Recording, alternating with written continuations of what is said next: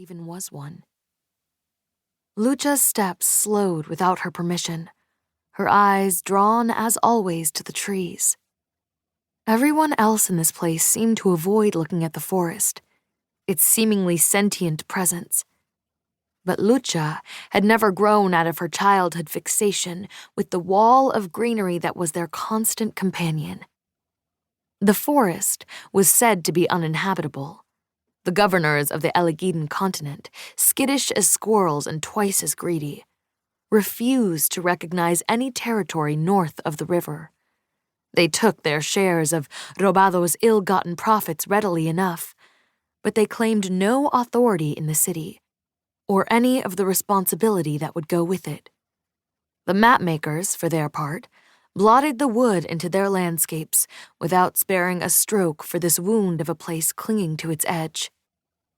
Like we don't even exist, Lucha thought, still loitering in the middle of the road. "Watch it!" snarled a man heading south. Lucha staggered backward, reminded of the dangers of standing idle. The little cart the man pulled turned sharply and splattered her shoes with mud. She was about to shout something rude when she saw the cart's tiny passenger, a girl of no more than 4. She dangled her bare feet over the edge as her father rolled her along. Lucha smiled, remembering her younger sister Lise at that age, her huge brown eyes and shining curls. "Better watch out," the girl called in her lisping baby voice. "El sediento will get you if you look too long." Sticking her fingers into the corners of her mouth, the girl stretched her smile too wide and rolled her eyes back so only the whites showed. The cart rolled on. From the direction of the night greenhouses drifted a song in a language she did not know. Lucha turned her boots north again. Along with the crowd of greenhouse workers, she moved into the city's center as twilight gathered above the treetops. It was here that the bodies around her became an impediment. The stream pooled at the Plaza de Centro like the huge marketplace was dammed. Greasy animal fat lanterns flared to life as Lucha fought against the workers already queuing up to buy. Her pulse picked up speed. The stall counters were lined with food and drink. Jars of cloudy cider made from a berry that was poisonous until fermented.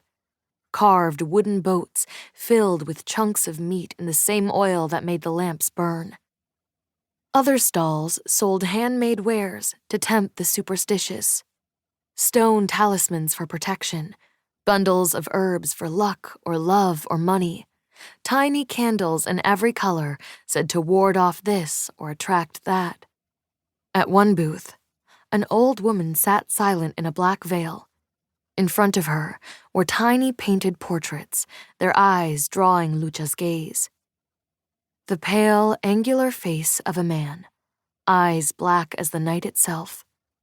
In his hands, a clay cup of blood.